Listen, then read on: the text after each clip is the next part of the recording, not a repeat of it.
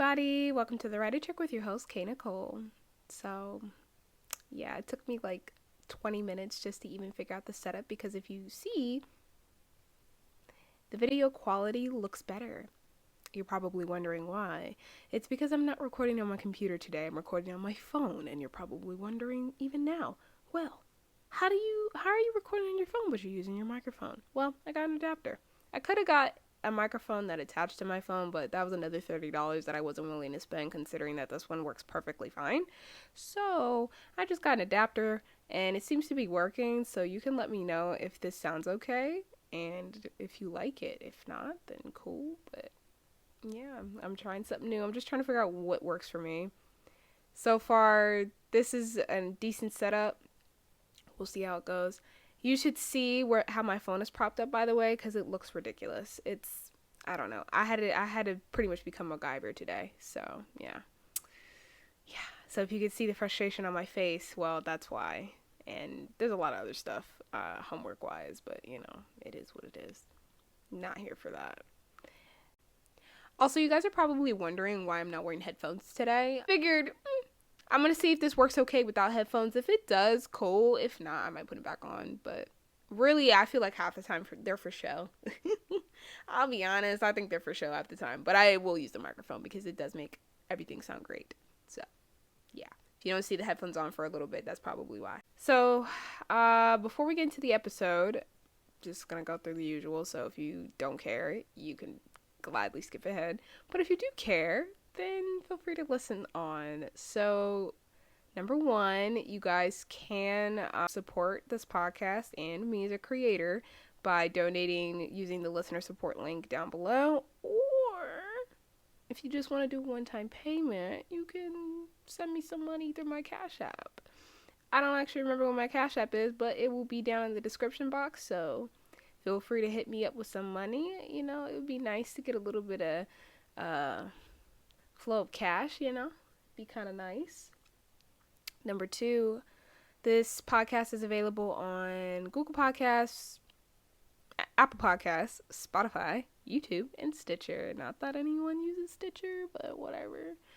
I think it only matters about the main three, so I'm on all the main three. So if you're listening to me on any of those platforms, then thank you and welcome. It's so nice to meet you, or virtually meet you, I guess. So yeah, that's kind of nice. It was funny because I actually just went to a poetry slam like last week, which if you follow me on Instagram, and I'm going to say this right now, follow me on Instagram at K the Writer, that is K-A-E the Writer, you would have seen that I was at a poetry slam up in Kennesaw. And it was funny because the host of it just told me, oh yeah, I was listening to your podcast and it's so good. And I'm like, wow, okay, thank you. So if you're listening to this right now, shout out to you and hello. But it's so weird because I'm not used to people saying they listen. It feels like y'all are just, I know y'all are real people, but like I don't know that you're real people, if that makes any sense. Like, I know you're there, and I know you're listening, but to have somebody directly tell me, oh, yeah, I'm listening to what you're saying, it's just like, oh, I forgot that this is an actual thing. So, yeah, that was entertaining to say the least. But that's really it on there. And then the last thing is, if you are a self-published author, then feel free to sign up for a free book review if you so choose to. Up to you. I'm not offended if you don't, but I think it's kind of cool. So you can sign up using the link down below, or you can sign up by going to my blog website thing and clicking the tab and you'll find it right away. And if you also want podcast space, then I suggest that you email me separately. So yeah, I think that's all there is to it. So if you saw the title, I'm assuming you're interested, which is why you even clicked on this. But I felt compelled to do an episode about 21 things I've learned in my 21 years of living. So I felt it would be applicable. Not only have I just learned a lot of lessons recently, but just in general, but I actually got this idea from a YouTuber I watch. Her name is Trinity. I totally recommend her if you're really into like spiritual shit. She just released a short film, and in that short film, she was going through 22 things she learned in her 22 years. And I said, wow, that's such a good idea. And it just resonated with me so hard in that moment. Like, I really was like legit tearing up.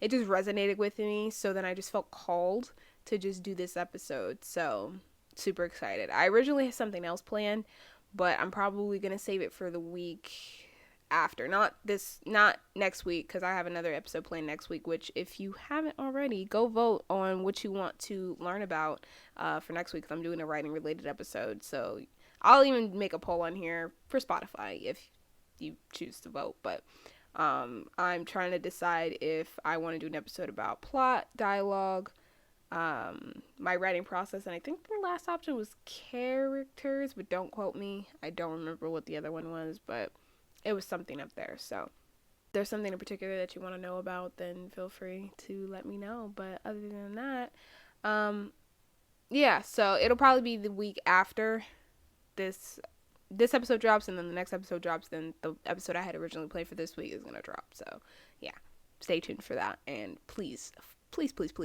follow me on Instagram. Okay, I'm telling you, that's where you're gonna get most of your updates, because I'm not really like a Twitter person. I don't do Twitter. I don't understand Twitter. It doesn't make sense to me. And I mean, I have a Snapchat, but I don't really use it. So Instagram is where I'm at. Facebook I don't really like, so it's okay. Let's go right ahead and get into the episode, shall we? Alright, so number 1, being humble doesn't mean disrespecting your accomplishments. I've said this before in the past. You know, I always talk about how I am humble to a fault, and it's hard for me to talk about my own accomplishments a lot of the time. It's one of my greatest strengths, but also one of my biggest downfalls, right? And I don't know, I think I just have like this notion that in order to avoid being arrogant or being perceived as arrogant, I have to be humble to the point of just like downplaying my own success, or just trying to say it's not as important as someone else's, you know what I mean? And basically what I'm trying to say is I dim my own shine in order to make someone else feel less intimidated, and it's not right. I work hard for everything in my life, and I deserve to be celebrated, even if that means having to do it by myself, which I've started to realize, like, sometimes I'm gonna have to celebrate myself. Other people aren't gonna do that, and I can't really expect them to. And usually when you're being humble, that doesn't mean you have to make yourself small either. You can be humble, but also be proud of what you have going on. And that's something I'm trying to work at, because it's like, how can I expect to get to where I want to go in life if I'm not proud of how far I've come? It's easier said than done, right? I'm still learning. I'm still trying to figure that out. But I understand this is just a matter of trying to implement it into my life, okay? So if you're like me and you're one of those people who probably has a hard time talking about their own successes or accomplishments, or has a hard time celebrating their own successes and accomplishments, whether that's just because of other people or maybe because you just feel uncomfortable with the idea of celebrating yourself, don't do that. You can still be humble, but you should still be proud of how far you've come, because like, that's still a lot. That's still important. That still matters, even if other people don't necessarily think the same thing, or they want to think, oh, this girl's arrogant, or da-da-da-da. Well, that's what they think, then they suck. Okay. I like throwing in people's face, but you shouldn't be scared to be honest about accomplishments. It's that simple. So number 2, when someone shows you who they are the first time, believe them. Never fall in love with an idea. And this is a new one, okay? This actually came to me the other day after I was having a conversation with my mom about my last relationship, which if you at this point, I think y'all already know I am a single woman, so yay. It's so weird being back in the hoe phase. Although I'm not really a hoe, but like it's very interesting trying to be back into a single lifestyle, because I really honestly haven't been single that long. Usually I've only been single for like a month. This is probably the longest I've been single for real, and I'm kind of okay with it. I'm alright with it, but that's not really the point. So the thing is, I haven't really told the story on this podcast, just because it hasn't really come up. But I just felt the need to share this one. I felt like it fit with this particular lesson, so It is what it is. I know this person probably doesn't even listen to this anymore, and even if you do, well, that's fine. It's totally cool, bro. Just, shouldn't have did the things you did. That's all I'm gonna say. But in case y'all didn't know, last year it was like right before school was about to start. My apartment flooded, so I was about to move into, or I just moved into. No, this is what was even worse about it. I had just moved into this apartment, right? Already there was a couple problems, right, with just where it was located, it being kind of dirty when we walked in. There were certain things that, like, light bulbs were out, just little shit that was like really irritating when you just got done moving in and just got done being trapped in a giant like circle of people who don't know how to drive, right? Because it was in like this really tiny space or the spot, so people were coming in and then couldn't get out, so that even was more annoying even on its own. But that's not besides the point. So I get moved in. Everything's going okay. My roommates are nice. We're just trying to make the best of it. I leave to go hang out with one of my friends, right? Next thing you know, I get a message from one of my roommates in the group chat. And she's like, hey guys, the apartment flooded. What? I remember looking at my phone like, hey yo, what? What do you mean the apartment flooded? She sends a picture.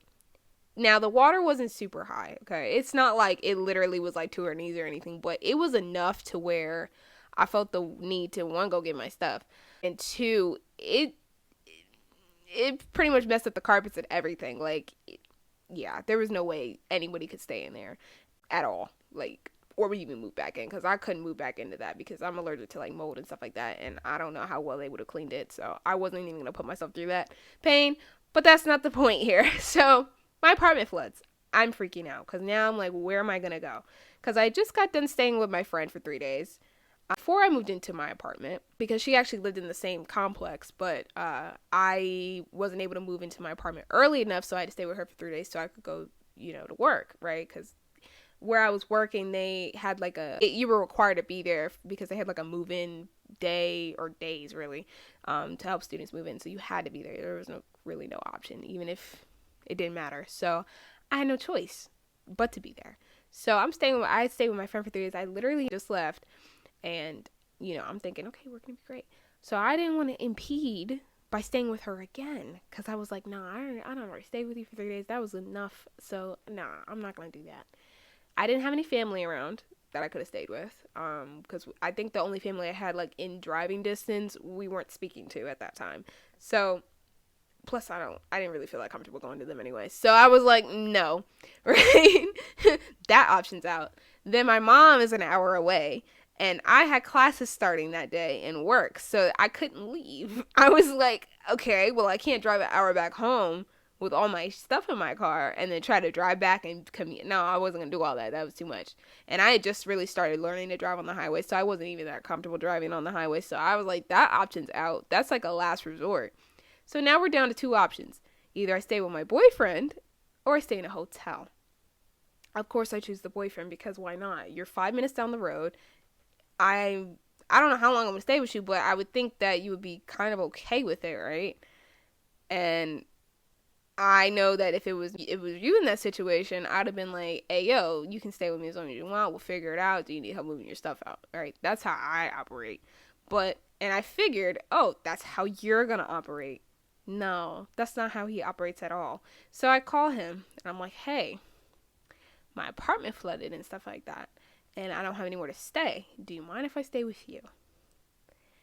And guess what his first response was out his mouth? Not, yeah, sure. Not, oh my God, are you serious? Are you good? Do you need help moving your stuff out? What can I do for you? It was, or yeah, come over right away type shit. Nah. It was oh, well, I haven't really talked to my roommate yet, and blah, blah, blah, and, how long are you gonna even be staying for, and da, da, da, da, and I'm just kind of, like, in my head, like, hey, yo, why does it matter? Like, first, and then, this is a side note, but he never spoke to his roommate after that, and I was always over. We were loud. That boy never spoke, so it's just like, why would you not? And even if you didn't talk to your roommate, you could have just texted him and said, hey, look, girlfriend, apartment flooded. She's going to be staying with us for a day or two. Cool. If anybody got a problem with that, I mean, that's on them. That's whatever. But I just let it go because I was just kind of like, okay, fine, that's your place or whatever. That's your rules, and okay, fine. I'm not going to sit here and argue with you about it. But I just remember thinking in that moment, like, I'll never ask you for anything again. Like, I felt so, like, why would you do that? Like, why would that be your first response? Why would you not be more willing to be like, hey, I got you type? Like, why would you not? So I just remember walking away with that feeling of, like, I'll never ask you for anything again, right? And I was mad. I was very mad. So I ended up having to get a hotel anyway in the dark. And then he wanted to come back later, like the next couple of days later, after the whole situation got resolved, and be like, well, you could have just called me and stayed with me. I'm like, I did call you. I did ask you to stay with you, and that was your response. So why would I want to call you again to see if I can stay with you after I've exhausted all my options? That's just fucked up. No, I'm not going to do that. Now I don't feel welcome. You know what I mean? And it's not like I remember him really checking on me like that and being like, hey, are you okay? Like, he ain't really call again from what I remember. And was like really like trying to blow up my phone to make sure I was good. Like, nah, you ain't even do that. So this is where I was like, where's the respect? Where's this whole, oh, I really like you type energy? Where did that go? That was just, it was cold. It was callous. It was mean. Like, I was like, wow, like, that's really how it is? I don't know. So, anyways, I should have known then, and I think I knew then, but I tried to just, like, pretend that, oh, okay, it is what it is. It was just a moment. But that moment really said more about his character than anything. You know what I mean? And I should have known then that he wasn't really the right person. And honestly, that pattern of not showing up when it was needed actually kept showing up in our relationship. Like, it never went away. The same vibe, the same feeling, but in different situations.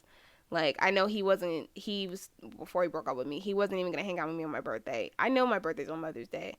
That's fine. But, like, you couldn't even hang out with me, like, the day before or anything. Like, I know we were going to do something before, but like, you couldn't hang out with me the day before. And I was like, dude, come on. I know it's a busy time, but, nigga, you couldn't even try to do that. So there was just a lot of different moments where he wasn't as present as he should have been, or wasn't as willing to drop what he was doing for me, even though I would be willing to do the same for him. You know what I mean? So I don't know. And it continued that throughout the whole relationship, and it was just always centered around him and his happiness and his boundaries and his schedule and his that and his this. And a lot of the time it felt like my wants and needs weren't met as much, you know, not as they should have been and not where they mattered. Like, I just pretended, I just swallowed it back. I just always said, that's just him, right? Okay, fine, I'm not going to argue with it. You're busy, you're this. I made excuses, but in all actuality, a lot of the stuff he did, he shouldn't have done, and it's just kind of like, why would you? You know what I mean? It was wrong.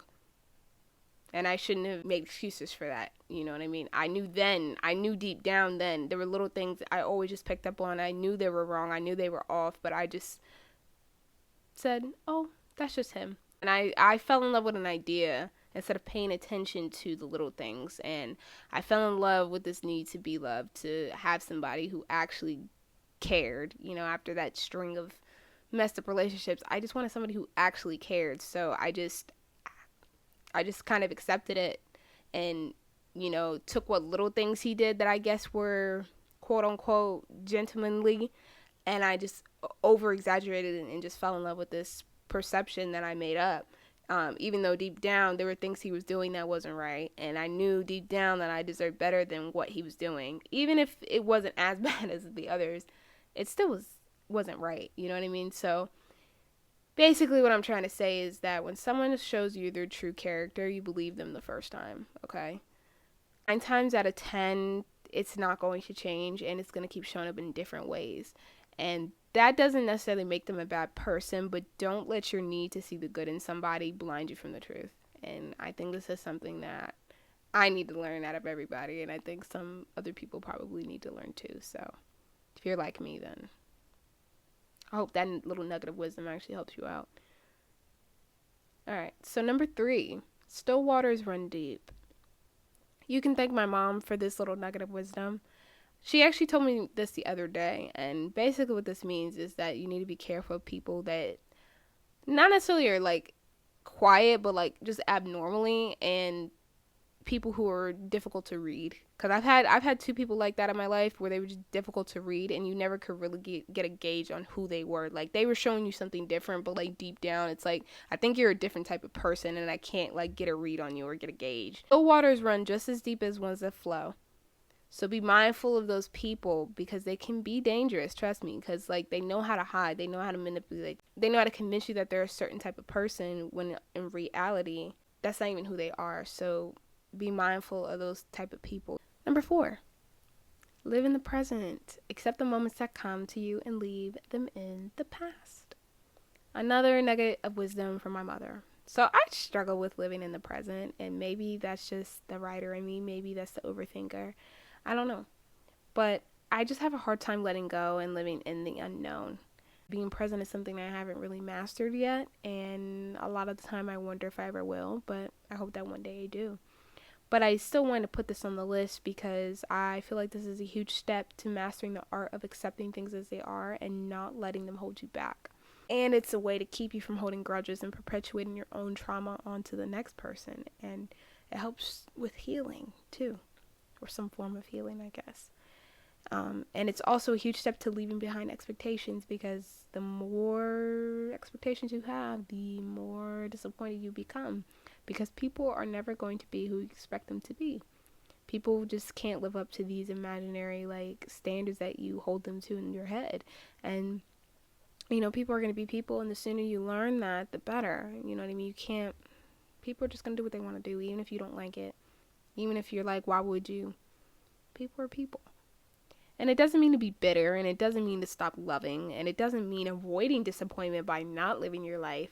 It just means accepting the good when it comes, the bad when it comes, and letting them stay in the past. And it means not expecting more than what's in front of you from somebody. You know what I mean? Don't ask for more than what they can give. Just take what it is at that moment and cherish it and keep it pushing. And I'm still learning this one, so I'm not really coming from a place of, oh yeah, I totally figured it out, guys. I'm coming from a place of realization and a place of clarity, and I wanted to share this with the hope that somebody else might figure it out faster than me. So, yeah, if you can figure it out faster, shout out to you, bro. All right, so number 5. Some people are pints and some people are gallons. And I think by now, my mom is full of wisdom, right? This is one of the first lessons I remember her teaching me. And this basically means that some people are pints. So those are the type of people that they have love to give, but it's like, it's a pint. I mean, they can only give so much love, right? And that's only so much love that they can express. And other people are gallons, meaning they have a lot of love to give, and they always need a lot of love in return to feel full, to feel whole, to feel this, right? For example, I'm a gallon. At least I like to think I am. I mean, I'm a pretty loving person. And I've started to realize that my dad is a pint. Doesn't make him a bad person, but he's a pint, okay? And I used to feel some type of way a lot of the time when he didn't show his love the same way I did, because it's like, I'm pouring all I can into you, and you're not reciprocating the same effort. So it wasn't until I realized that he was giving all he had that I started to look at our relationship differently. And, I know he loves me, but just in his own way. And even though I might need more than that, I can recognize that he's giving me all that he's capable of giving, right? Of course, this is still a work in progress, even as I write this. Our relationship still is, we're still working on it. But I just take what I get from him in those moments, and I let that drive our relationship instead of letting resentment keep us from being communicative with each other.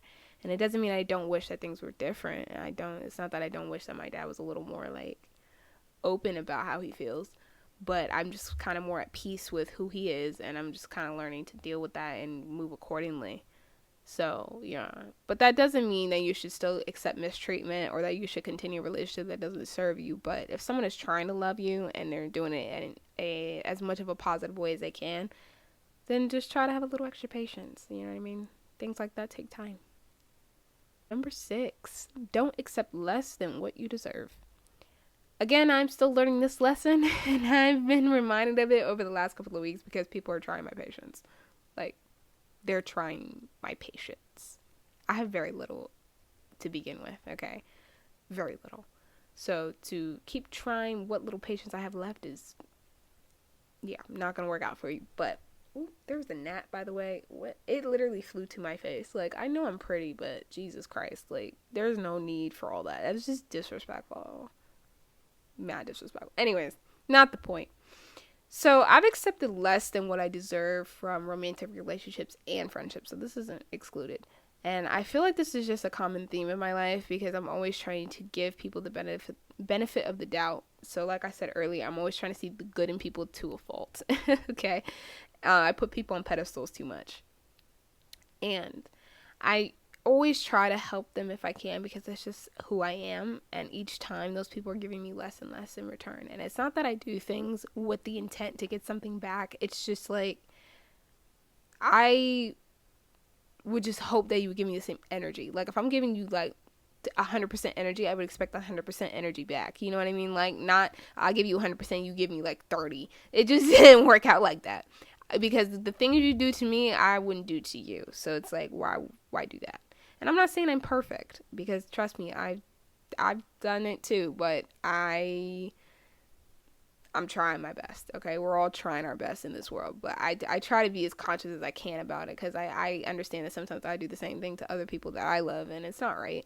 But I try to recognize it, and I try to rectify where I can. But I think the problem is when people do it to you, notice they're doing it to you, but don't try to rectify it. That's where it starts. There's like a big disconnect, right? And I don't know if I'm going to really share every single situation, but I will say that I am disappointed in people taking me for granted, and I'm disappointed in myself for letting them do that. And there's just no reason why I go out of my way to make people happy, and then they can't do the same for me when it matters. And it's fucked up, and I'm over it. So, yeah, I'm a little over it now. And the thing is, I don't deserve to be treated that way, so I don't want to accept it anymore. It's a work in progress like everything is, but you know, the more I see people for who they are, the less I want them around and the less that I want to continue any relationships that don't serve me mentally or physically or spiritually. Like, if you're not serving me, bruh, you gotta go. You know what I mean? If you're treating me fucked up, you gotta go. I'm not gonna sit here and keep giving you the benefit of the doubt. You know what I mean? You show me your character one time, I'm just gonna assume that's who you are. Maybe that's overkill, but first impressions matter. And if you show me your character, I'm gonna not fuck with you. Like I told you all that story in my online dating so which if you haven't already, go run that up and listen to it. It's very, very entertaining. I was telling a story about somebody that I've been friends with for a year, finally met in person, and then they ended up being the complete opposite of what I expected, and I was very upset of how they treated me, considering I wouldn't have did that to them, right? Never. I would do that to nobody, but I especially wouldn't have did that to them. I know they ended up texting me not a couple days ago, like a little while ago. I never answered it back. No. I could have. I could have entertained it. I could have been a good person and could have just been like, okay, I accept the apology, even though you did what you did, but no, fuck that. No. No, because there was just no excuse for it, and I'm not going to entertain that shit no more. So, I don't know. We'll see how that goes. Maybe if I feel in a better mood, I might, but I don't see that happening anytime soon. Alright, so number 7, find people who align with who you are. I think this is an important lesson because it's imperative that you find people who align with who you are as a person. And I'm not talking about hobbies. I'm not talking about interest. I'm not talking about what your favorite food is and shit, what's your favorite color. I'm not talking about that. I'm talking about morals and values and how they would treat someone. And if they would treat you the same way you would treat them. So if someone is doing something that doesn't align with who you are as a person or who you are at your core, you have to ask yourself if they're worth keeping around. And there have been many moments in my life where I should have thought about that and I didn't. Like how I explained with my last relationship, there was a lot of moments that that we didn't align as people. Like me and the both of us, we were really cool, but I feel like sometimes in terms of who we are at our core, we didn't align that well. There were just certain things he did that I wouldn't have did to him, and it just didn't correlate right. I didn't take those steps, so I ended up feeling worse off because I think that everyone would treat me how I treat me, but they don't. And I don't even treat myself that well, okay? I gotta do better, but there are just certain things that I'm like, I wouldn't do it to you, so like, why would you do it to me? And it just goes back to that idea of not accepting and dealing with shit that you don't deserve. Alright, so number 8, feel your feelings. Emotions don't make you weak, but that doesn't mean you should let them control you either. So surprisingly, this conversation about emotions has been a prominent thing recently. I actually had just watched a video from, who is she?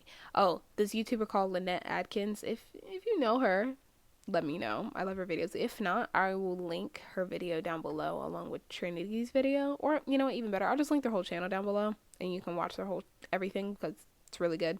She spoke about how we don't always have to name our emotions and we're just observing them, but we aren't them, if that makes sense. So like yeah, it feels like we are them in that moment, but we really aren't. Like, we're two completely separate things. We should be just seeing them, acknowledging them, and moving forward. So I thought that was interesting that came out because me and my friends had just had a conversation about emotions and how people believe that it's a bad thing to express yourself. And I think this comes from the fact that it makes them uncomfortable when you express yourself. And I don't know. I just think that there's this common misconception that emotions make you weak, but they don't. And it's important to feel your feelings when they come instead of trying to push them away, because that's how you end up with a lot of unresolved trauma, a lot of baggage you don't unpack. It becomes an issue later. So it's better to just let it out when it's there and make peace with it. So, yeah. But that doesn't mean you should let them control you either. So I think you should indulge in your feelings, but eventually you have to let them pass and you have to let them go. And I know when I was going through my little breakup and shit, I was on my side, girl. Okay? I cried. I ate some ice cream. I cried in the car, you know? I did all that, right? I whined, I bitched, I moaned. But after a while, I realized the clocks are still ticking. The world is still moving. I can't stay like this forever. I can't cry over you forever. You know what I mean? So I picked myself up and I started going outside and I just started taking it one step at a time. And now I'm okay. You know, sometimes it still hurts. Sometimes I still get sad. But I don't try to make it stop. I don't try to push it away. I don't try to be like, oh, I can't think about him and da da da da. I candidly will speak about him. I don't have a problem with it. And there are a lot of moments where I smile at things we did than where I'm sad about it. So maybe that helps. And, you know, I don't force myself to stay in that moment. Like, I feel it. I'll be like, damn, miss you. Thought I missed you. And then I'm over it. And then I move on. And then I'm living my life. Okay? Because he's moving forward without me. So why am I going to stay stuck? That's stupid. Not going to keep doing that. So 9, you have the power to live the life you want. I'm working on it. But honestly, sometimes I just want to pack my shit and just leave. Like, you ever just want to pack your bags and just go to like a foreign country and never come back type beat? That's where I'm at. Like, I go through this cycle of I'm over this. Fuck capitalism. Fuck America. I want to live my life and be a sugar baby type vibe. Be a stripper on the pole. Like, earn cash. Like, for real. Like, I go through this a lot. I wonder, what's the point of being in school? What's the point of doing this? Like, I just want to live. I just want to vibe. I don't even want to be around here no more. Like, for real. I go through this. I've been going through this again because I just be looking at all the stuff I have to do and I'm like, what is the point? Can I just like fucking go to Jamaica and never come back? Like, for real. I feel like life would be easier, but I don't. Things I want to do in life. So I don't, but not the point. If I wanted to, I would. You know, just want to lock my hair up, want to get crystals and tattoos and piercings and just live. Just be like, whatever. Forget all of y'all. Y'all be fine without me. You know what I mean? Y'all don't need me. I don't want to deal with other people's expectations. And I don't want to deal with work. I don't want to deal with bills. I fuck everything and everybody. Like, I don't want to deal with friends or drama. I just leave. Be in my solitude. Write poetry on the beach. Write my books in peace. It's how I want to be sometimes. But that's not even really the point here. But what I'm saying is that you're the creator of your own reality. So whatever you want to do that day, if you want to wake up tomorrow and shave your head off, do it. Like, if that makes you feel good about yourself, great. Go for it, sis. Bro, non-binary person. You do you, for real. And of course this is easier said than done because we also have to account for the fact that America sucks and we're in a recession. Gas is up the ass. Niggas don't got money. Like, you know, we gotta account for things like that, I guess. But like, I don't know. What I'm trying to say is if there's something you want to implement into your life, even if it's small, take the time to do it. I'm trying to work on that now. And my little small thing that I'm trying to implement is going out more. That's it. Because I normally don't go out. I'm a homebody. I'm an introvert. That's how I am. So I'm just trying to do something different. Like, I know I actually just went out last week with somebody I'd never met before. I just met him for the first time. I hung out with his friends that never met them before, and it was actually really fun. And then I visited him at work, and he made me 2 drinks. They were really, really good. So if you're listening to this, hi, nice to meet you. Then I even went out to dinner with somebody I never met, and that was even super fun too. I tried a new restaurant. I met somebody who was really cool, and it all worked out. You know what I mean? And it's all because I put myself out there. You know what I mean? And I'm just creating a life. I'm just trying to make friends who align with who I am and kind of get me out of my comfort zone a little bit more. Sometimes I think we get so stuck in our comfort zone that when we're forced to be out of it, it's a problem. And I don't want to get there because I say that like I've never been there. I have. I've been at that point a lot of times in my life, but I'm trying to like not do that. So yeah, life is too short. I could die tomorrow and then I'm going to regret like not going out or not doing this or not doing that. You know what I mean? So yeah. Number 10, make memories. Now this kind of goes hand in hand with number 9 because in order to build the life you want, you have to get out there and make memories. And that's something that I cherish. I've always been that person. I've always cherished quality time over gifts and whatever the fuck, you know what I mean? Because I'm one of those people, I'm going to remember the little moments more than I'll remember what you got me for my birthday or Christmas or whatever. Like, honestly, I can't remember half the gifts I've gotten for my birthday, but I can remember those memories and those moments. So quality time is a big thing for me, and I'm starting to realize that it's not something I can do without, especially if you're important to me. Number 11, you aren't a bother. If people make you feel that way, that's on them, not you. Now, the sentence, I don't want to be a bother, has permeated my vocabulary for as long as I can remember. I don't know when the seed got planted in my head, but I don't know. I always just felt like if I expressed my needs or wants, I felt like I was bothering people and imposing myself on them. So now I just kind of like swallow what I want in order to make other people feel more comfortable. And I don't think I realized it at the time, but maybe after a lot of conversations and soul searching, I think I did that in my last relationship, which I'm pretty sure I did. Because I always try to act like it wasn't a big deal that we didn't speak all the time. Because literally, I think we would maybe... I know in the beginning, we literally would go a whole week and never speak to each other, right? But that was before we really started like dating. But then we exchanged Snapchats and then maybe we would send a snap here and there. But that was it. Like, it's not like we really texted all day. It's not like we really talked on the phone all the time. The only time we really like communicated was in person. And then most of the time we only met up in person maybe once a week. Maybe twice. But usually once a week. If that. Even though he lived like 5 minutes down the street, and I'm like, we could have studied, we could have did a lot of other stuff together, but it was always like, oh, I'm busy, or I'm doing this, or I'm doing that. Kayla, you know I have these things going on, so I just kind of like stopped asking, and I wanted to do those things with him more. It's just like I didn't want to be a bother, and so I just convinced myself that was what I wanted, and that, you know, oh yeah, it's fine, I'm the same way, and da da da da da, or oh, well, he's just busy, he's this, he's that, and da-da-da-da. But I think deep down I always said, or I always felt like I was still bothering him, which is why I always used to say, oh, I don't want to be a bother, I don't want to keep you, I don't want to do this, da-da-da-da. And he would always be like, oh, well, you're not a bother. But I'm like, deep down I felt like one, and maybe it's because of how you made me feel about that, you know? And I just always felt like if I went outside our little scheduled bubble, it was wrong. So I just stopped. You know what I mean? And sometimes I feel this way with my friends too, but I feel like that wasn't from like anything I think it's more from not having my needs met in the first place. So then I just kind of assume that it never will be, and that if I ask for it, it's a bad thing. So I don't, and I just kind of keep it to myself. But if someone makes you feel like a bother, and if you try to communicate that, then it's on them, not you. And I guess this is something I'm trying to work on because this is so ingrained in my psyche, and I have no idea where it came from. It just has been this way for as long as I can even remember.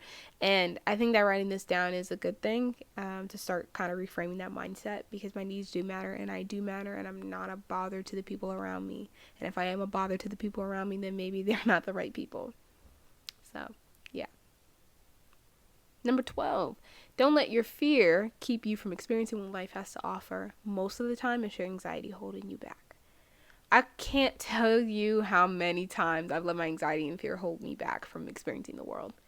And it's been quite a bit. There's been a lot of moments in my life that I could have done something different, but I kept myself from doing it from fear. And I was like, but wait, it could have been a good thing and you never know. You could have met someone else and you never know. You know what I mean?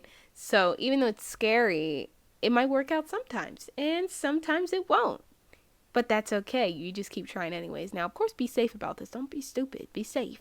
Even though I still kind of struggle with this now, lately I've been trying to. And I already said I've met a lot of really great people and I've done a lot of things I normally wouldn't do.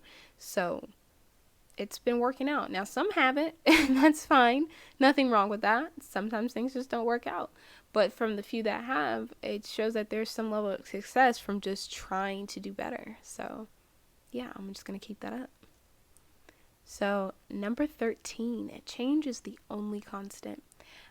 Ironically, this is not my own. I heard this from a YouTuber and said YouTuber is the one who inspired this podcast episode.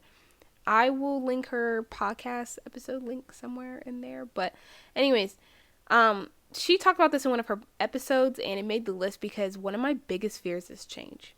Okay, I'm not going to lie to you. As a Taurus, I'm hard-headed as fuck. I don't like things being thrown at me. I don't like new situations. I don't like any of that, right?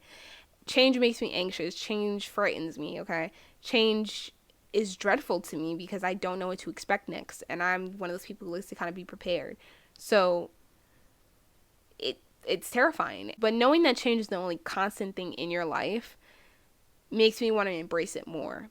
Because life is all about that change. And the more you try to fight it and fight against it, the more painful it will be. Like, the more it's going to do more harm than good if you keep fighting against it. So at some point you might as well just be like, fuck it, we ballin', bro. That's the energy you gotta kind of adopt. So hearing that quote, it made me want to adopt that more and just be more calm about changing things and be more willing to go with the flow. That makes sense. Number 14. I feel like you're going to know which one it is, but maybe not. Comparison is the thief of joy. I've said this 1,000 times on this podcast and in my blogs, but it is so important to remember because we live in a world full of comparisons. The only thing you can do is focus on yourself and what you're doing. And the more you sit there and try to compare your success or your life to other people's, it's only going to steal your joy away. And ironically, you think I would have learned this by now. I'm still learning. I just was yesterday talking about how, I'm not where I need to be, but I look at this other person and blah, blah, blah. It's like I understand it, but sometimes you can't help but think that way as a human being. But it's just a matter of trying to remind yourself that, hey, dude, you're doing okay. You're doing fine. Stop stressing. Things will come in due time. You know what I mean? And I'm not saying I'm not saying I'm perfect at it. But the more you try to remember that, the better it will be in the long run. I'm telling you. All right, so number 15. Never judge a tree by the fruit it bears, but by the fruit it talks about. Now, I heard this years ago from my mom, who heard it from this motivational speaker named Les Brown. I don't know if you guys have heard of him, but he's really good. I recommend him. But this quote always stuck with me because it came to me during a time when I needed it the most. And you all know about Johnny. And if you don't know about Johnny, go back to some of my other episodes. I've talked about him a few times. But Johnny was my little toxic ex in high school, because I feel like we all have that one toxic ex, you know what I mean? I don't think we've ever escaped it. And if you've pretty much have gone through your whole life so far and haven't dealt with one toxic piece of shit, congratulations. You don't want it. It's not fun. But if you have, and you're in the boat that I'm in, then you probably remember the constant promises of, oh, I'm going to change, and oh, I'm sorry, and oh, I'll never do it again, only to never see anything come out of it. And it's just the same BS over and over again until somebody gets tired of playing the game. I dealt with that over and over and over again. And what's worse is that he knew he was being an emotionally abusive prick, but he just did nothing to fix it. And that just shows that you didn't care about anyone. And I was like, wow. It was worse knowing he knew, and he just didn't care. Like, it's one thing if you didn't realize it, which I feel like most do realize they're abusive. Like, let's be honest. But to know you know that, and then you're just like, I want to continue anyway. ridiculous. But that's not the point of this part. Basically what I'm saying is that this can also apply to people who say they want to do 1,001 things and then never actually follow through. And execution is like a foreign concept to them. They're all talk and no action. So if you deal with people who are all talk and no action, take notes, reevaluate. It's not healthy. You basically judge people by what they produce. You know what I mean? If they say they're going to do something and then produce results, cool. But if they say they're going to do something and then don't follow through, there's a problem. Again, not saying I'm perfect, okay?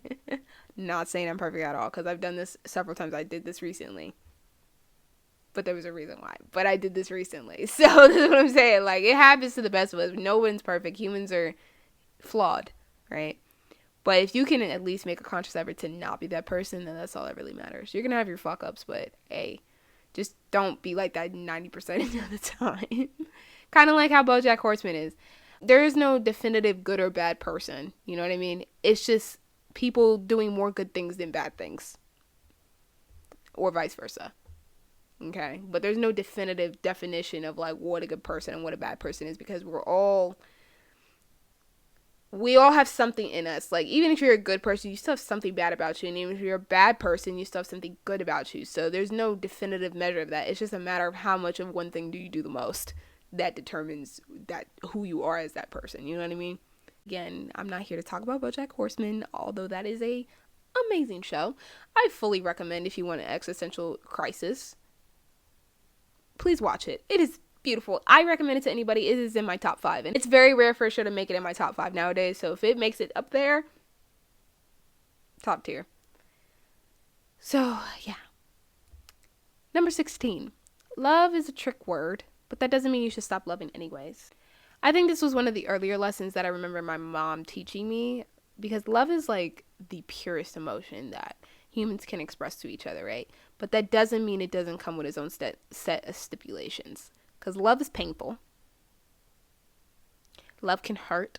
Love can break you. Love can change you. I love you can be a trick word because you never really know what people's intentions are. And words are just words. People can say that to you and treat you like shit. People can say that to you and cheat on you. People can say that to you and not mean it. I've been that person who said it to people and didn't necessarily mean it. And I've had people say it to me and then they still treated me bad. So that's what I'm saying. Like, people can say I love you but not really love you in that way. Like, you know what I mean? So I can't say wholeheartedly that any of them really loved me. A lot of their actions never really matched up to what they said. And that's why it's so important to pay attention to how someone treats you, so you're not led astray into this notion that love can save you. That love is only in 3 words. Love is honestly really complex. I don't think love really has a definitive definition, because everybody's version of what love is different. But love definitely is more than 3 words. And I don't want you to think that I'm just this bitter 21-year-old girl who's completely apathetic to love and is telling you to never love and it's a waste of time. No, love can be a good thing. And I think it's just important that you're mindful of who you're sharing your love with, and you are mindful of how people are treating you, how people are loving you. You know what I mean? If they are loving you wholeheartedly and their actions are matching up, then cool. And you know it's not coming from a fucked up place. Cool, good for you. But if it's not matching up, then maybe they don't really mean it that way. So, yeah. Number 17. Never change who you are to make someone else feel comfortable. And by this I mean never change your essence in order to make someone else feel more at ease. If it's something that doesn't align with who you are, express that even if it makes them uncomfortable. And my mom always says that. She says, I don't want to be in chaos just to give you peace. And I'm like, that makes sense, because it's not really healthy in the long run. I'm used to changing big parts of myself so I'm more palatable to others. But I think it's worse when it's like the little parts that are changing. The things you would normally notice until you look back. And then you're wondering why you compromise so much of your own integrity and your own self in order to make them feel better. And I've done that with quite a few people where I would make myself small in order to make them feel better about themselves. And I would feel bad and horrible about myself for doing that. And I don't want to do that again, because I've done it too many times. So I'm going to try to remember this, and if you're going through the same thing, try to remember it too. And even better, if you go onto my blog post, I actually have a quote from Instagram that I screenshotted this morning that I felt was really applicable. It literally popped up on my feed, and I was like, this is perfect. I'm going to share this. So feel free to take a glance. Number 18, boundaries are important. Don't be afraid to set them. Setting boundaries is important to protect your peace. And that can look like no to things that you don't want to do. Maybe lightly checking someone when they disrespect you, or choosing to love people at a distance. I've set boundaries in the past, but I struggle with reinforcing them, because there's been a couple times in my life where I would set like a really firm fucking boundary, and then people would still push past them regardless. And I would just relent, because I'm like, maybe I want to avoid a fight with them. Maybe I didn't want to make them upset. And at the end of the day, it always became But at the end of the day, it was always at a detriment to my own sanity. So don't be like me. I'm telling you, it's not a healthy thing. And if you're constantly respecting others' boundaries, but they can't respect yours, then there's a problem with that. So pay attention to moments like that too, because those probably aren't the right people in your life. Number 19, always be true to yourself, even if it makes other people feel uncomfortable. I feel like the people who judge you for being yourself are the type of people who never figured out who they really are. And they are the type of people who are too afraid to show their truest form. And those type of people don't know how to nurture those who are unapologetic. So the only thing they know how to do is bring you down to their level. Anyone who doesn't like you for being you doesn't need to be in your circle. And anyone who tries to change you into their image isn't the right person for you either. And it's crazy, because I actually remember dating this guy a long time ago who always said he wanted people to accept him for who he was. But then when it came down to practicing what he preached, he couldn't fucking do it. He always tried to change me, to tell me that I should be this and shouldn't be that, and I needed to dress better, and he was going to elevate my style. And I was like, no. And he was infatuated with this idea of me that he created in his head, that it kept him from really getting to know who I really was. And I came with as much authenticity as I could. Like, I tend to be myself kind of out the gate for the most part. So I don't think who I was matched up with his image. It made him uncomfortable to see someone who was so at home in their skin, because he had never felt that way about himself. He still was uncomfortable with himself. He still was insecure about himself. So it's like, how could you be okay being around somebody who's not like that? So needless to say, it didn't really last long, and I just learned to stop hiding that. And I learned to stop letting people try and change me. So if you have a problem with that, then that's fine. You know, there are plenty of people out there who love and will love me for who I am, and they won't try to box me in.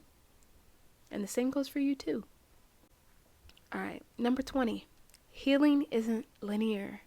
And I can't remember where I heard this from originally, but it's stuck with me for a very long time.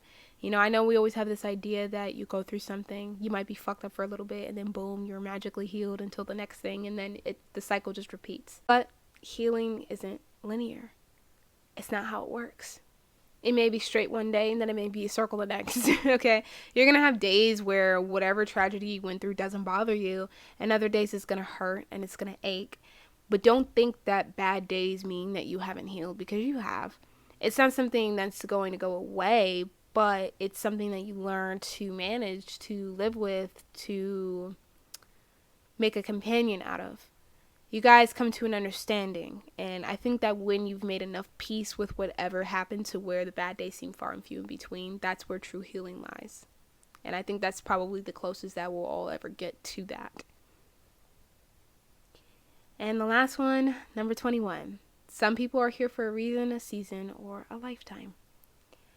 And this is really applicable because I've lost and gained people over the last couple of years, especially recently. So I think everyone's probably heard this at least once in your life, but it's very true. People come and go all the time. That's just what they're going to do. Some people are here to teach you a lesson. Maybe you're supposed to teach them something. Maybe they're there for a specific point in your life, and then maybe they're not. And if you're lucky, they will stay with you your whole life. And I guess I like this quote because it makes me remember that we're all just individuals living a human experience. And we can't hold on to people and make them stay. As much as we want to keep certain people around because of how they made us feel at that moment, you can't do that. It's not how it works. It's not how life functions. You know, if it functioned like that, then things would be different. But that's not how it works. So it just reminds me to keep moving forward and to keep loving anyway. So what are my final thoughts? I just want to say thank you to the people who decided to listen and or read this post, and I hope that you guys take something away from this. And I'm sure when I reach 22, these lessons might change. I might not even think these are as important as they are now, but as of right now, they matter. And that's all. That's pretty much the most important thing. So if you would love to share a lesson that you've learned down in the comments, feel free. Also, feel free to rate this podcast as well, because it actually helps me out a lot. Please. Or even better, if you just don't feel comfortable having it on here and you would rather it be personal or private, then feel free to go ahead and DM me on my Instagram page, and we can chit chat from there. I feel like that would be great, because I want to know, what lessons have you learned? What things have changed your life? What things have shaped your perspective? These are all the things that have shaped my perspective, but I know everyone has something different. Feel free to share. I would love to know. Maybe I might even learn something new from you. I think that's kind of cool, because we're all kind of learning from each other. So I hope that you guys had fun with this episode. I had fun with this episode. Please stay tuned for a writing related episode next week, and I hope that you guys have a great rest of your week. I hope you guys stay safe, stay healthy, and stay gorgeous and or fabulous, because I interchange it. And I will see you next time. Bye.